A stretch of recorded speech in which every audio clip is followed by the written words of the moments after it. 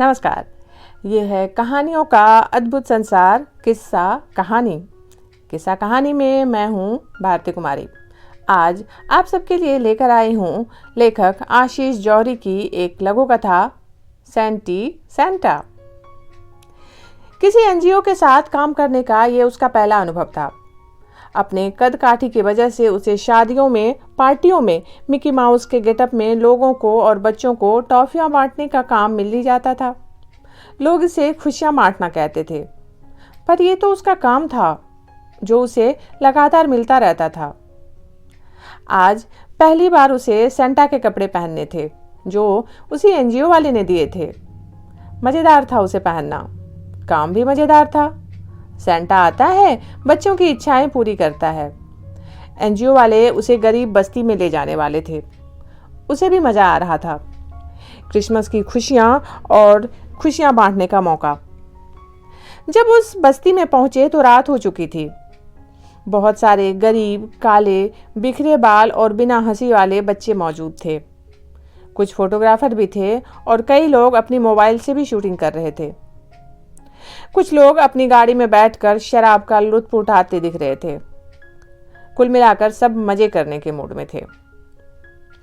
सारे बच्चे एक किनारे बैठे अपनी बारी के इंतजार में थे।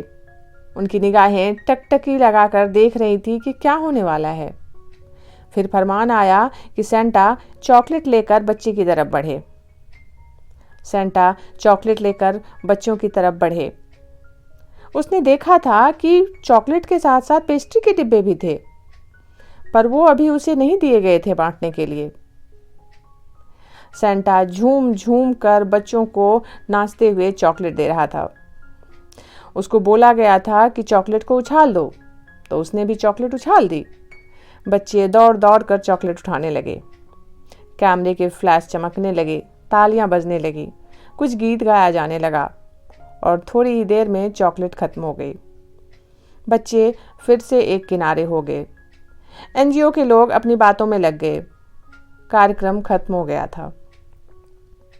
पेस्ट्री के डब्बे अभी भी बाहर नहीं आए थे। बच्चे दूर बैठे ठंड में ठिठुरते हुए कुछ और मिलने के इंतजार में थे। उन्हें ना तो जाने को बोला गया था, ना ही रुकने को।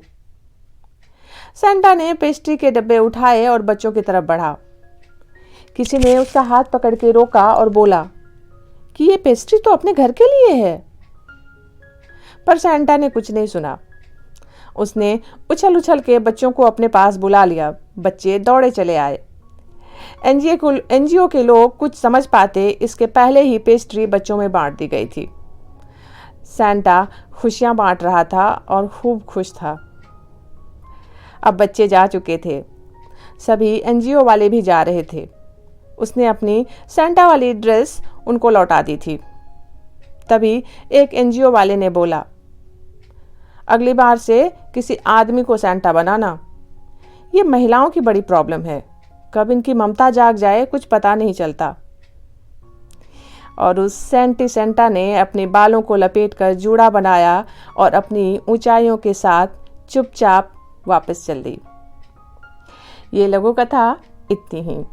अभी आप सुन रहे थे भारती कुमारी की आवाज में आशीष जौहरी जी की एक लघु कथा सेंटी सेंटा।